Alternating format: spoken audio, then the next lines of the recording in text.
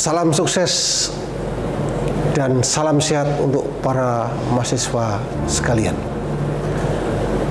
Topik hari ini kita akan bahas tentang konsep manajemen strategi.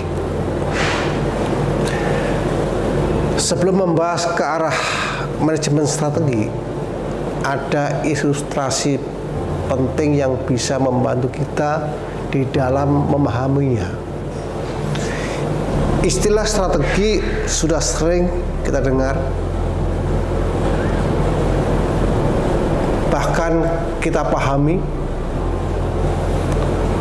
Misalnya pada strategi pembangunan ekonomi, bagaimana strategi percepatan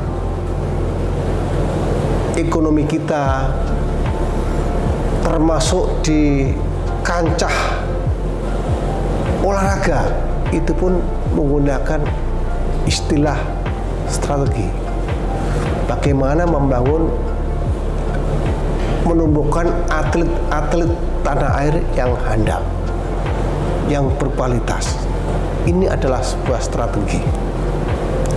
Bahkan kalau boleh saya katakan bahwa strategi ini menjadi hal yang penting untuk mencapai tujuan, baik itu organisasi bisnis, organisasi pemerintah, dan organisasi yang lain pun juga memerlukan yang namanya manajemen strategi.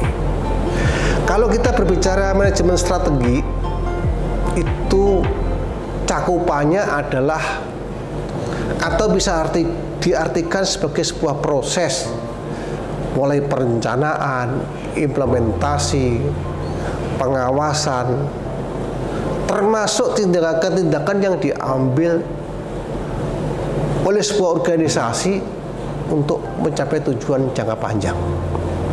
Biasanya hal ini terkait dengan keberlanjutan, keuntungan, pertumbuhan bisnis, bagaimana keunggulan kompetitif bisa dicapai, dan tujuan-tujuan lain yang ditetapkan oleh organisasi tersebut. Tentu saja dalam hal ini ada hal-hal yang perlu diidentifikasi melalui sumber daya yang ada dari aspek misalnya bagaimana analisis lingkungan eksternalnya, bagaimana analisis lingkungan internalnya, termasuk pembangunan strategi, implementasi strategi, sampai pada bagaimana mengevaluasi kinerja. Nah, para mahasiswa yang berbahagia, perkembangan manajemen strategi itu sudah mencakup pada bagaimana penggunaan teknologi informasi. Seperti di era-era sekarang yang kita dipaksa mau tidak mau menggunakan teknologi informasi dalam kehidupan bisnis maupun kehidupan kita sehari-hari. Yang cakupan kedua adalah dibutuhkan sebuah inovasi dan strategi. Karena produk apapun memang perlu sebuah inovasi.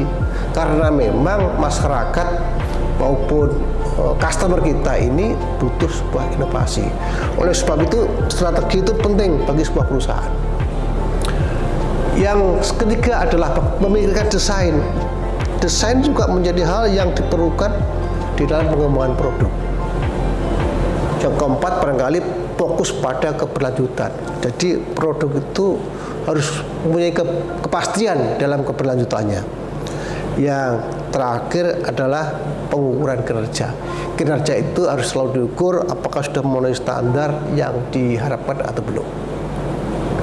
Beberapa definisi menurut beberapa ahli, kita bisa menyimak daripada pendapatnya Fred R. David misalnya dalam bukunya Strategic Management Concept and Case misalnya, atau kita bisa melihat bagaimana Michael A. Porter Kompetitif Strategi, atau kita bisa juga mengadopsi bukunya Peter F. Drucker, atau juga kita bisa mengadopsi bukunya Henry Misbach.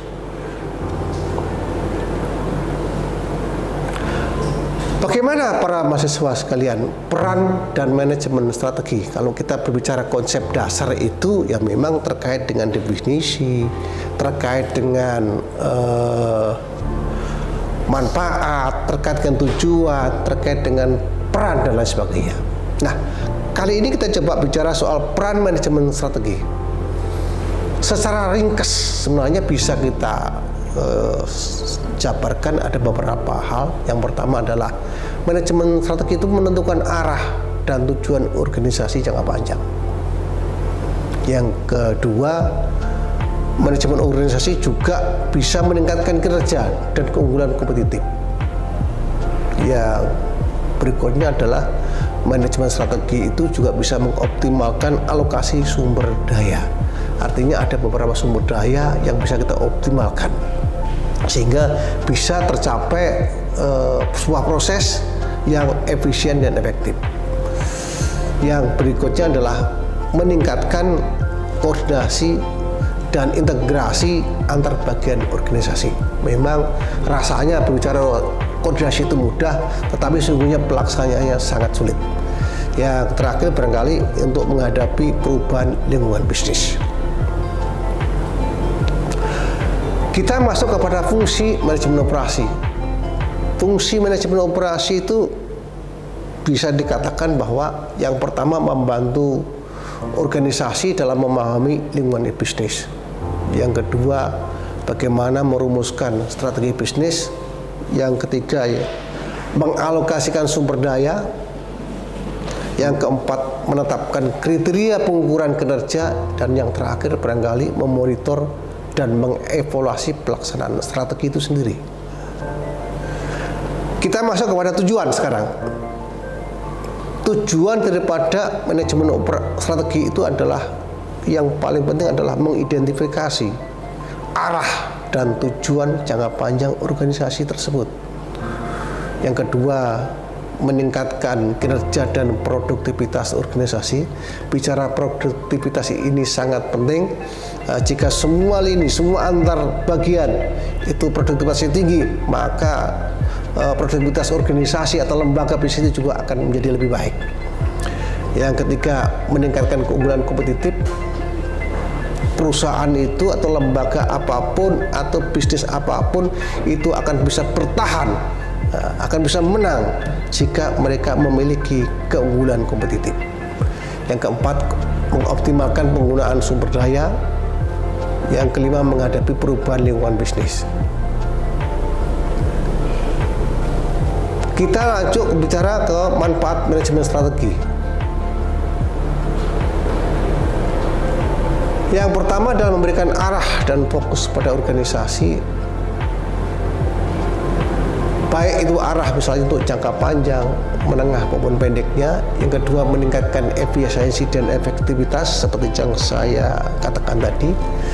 Yang ketiga adalah membantu mengelola risiko memang itu harus di-manage. Yang keempat, meningkatkan daya saing dan keunggulan kompetitif. Yang kelima, meningkatkan kinerja dan pertumbuhan jangka panjang. Dan yang keenam adalah meningkatkan koordinasi dan kerjasama antara divisi satu dengan divisi lain di dalam organisasi tersebut. Para mahasiswa yang berbahagia, kita masuk kepada dasar manajemen strategi. Jadi kalau kita bicara dasar manajemen strategi itu sebenarnya ada 5 poin yang paling utama. Yang pertama itu kita bicara visi dan misi. Yang kedua kita bicara analisis lingkungan. Yang ketiga kita bicara strategi. Yang keempat kita bicara soal implementasi. Dan yang kelima yang tak kalah pentingnya adalah evaluasi dan pengendalian.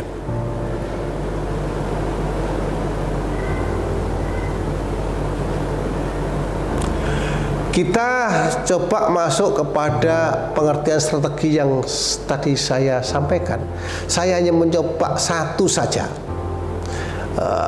Menurut saya ambil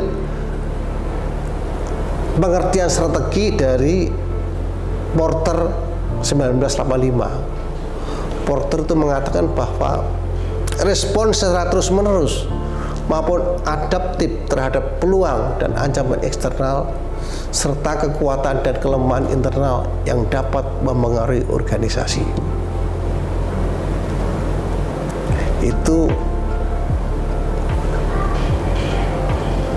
Argyris pada 1985. Kita juga bisa lihat bagaimana pengertian strategi menurut misalnya Adre 1980. Kita bisa juga lihat pada Hamel dan Prahat 1995 misalnya. Atau bahkan lihat pada Fred R. David dan lain sebagainya. Ada beberapa dimensi di dalam keputusan strategis. Yang pertama, kalau kita bicara dimensi keputusan strategis adalah masalah strategis memerlukan keputusan manajemen puncak, itu utama. Mengapa demikian? Karena memang keputusan strategis itu mencakup berbagai bidang operasi suatu perusahaan. Yang kedua adalah masalah strategis memerlukan sumber daya perusahaan dalam jumlah besar. Yang ketiga, kalau kita bicara masalah strategis seringkali mempengaruhi kesejahteraan jangka panjang perusahaan. Yang terakhir, masalah strategis itu juga berorientasi pada masa depan. Yang terakhir, barangkali para mahasiswa bisa kita simpulkan bahwa sebenarnya elemen manajemen strategi itu yang pokok itu 4 sebenarnya. Yang pertama itu adalah kita bicara manajemen SDM. Yang kedua kita dari aspek keuangan. Yang ketiga dari aspek manajemen pemasaran. Dan yang kelima aspek manajemen operasional. Saya rasa itu yang bisa saya sampaikan kali ini pada sesi konsep dasar manajemen strategi. Sampai bertemu kembali dengan sesi-sesi berikutnya yang lebih bermanfaat. Terima kasih, salam sehat.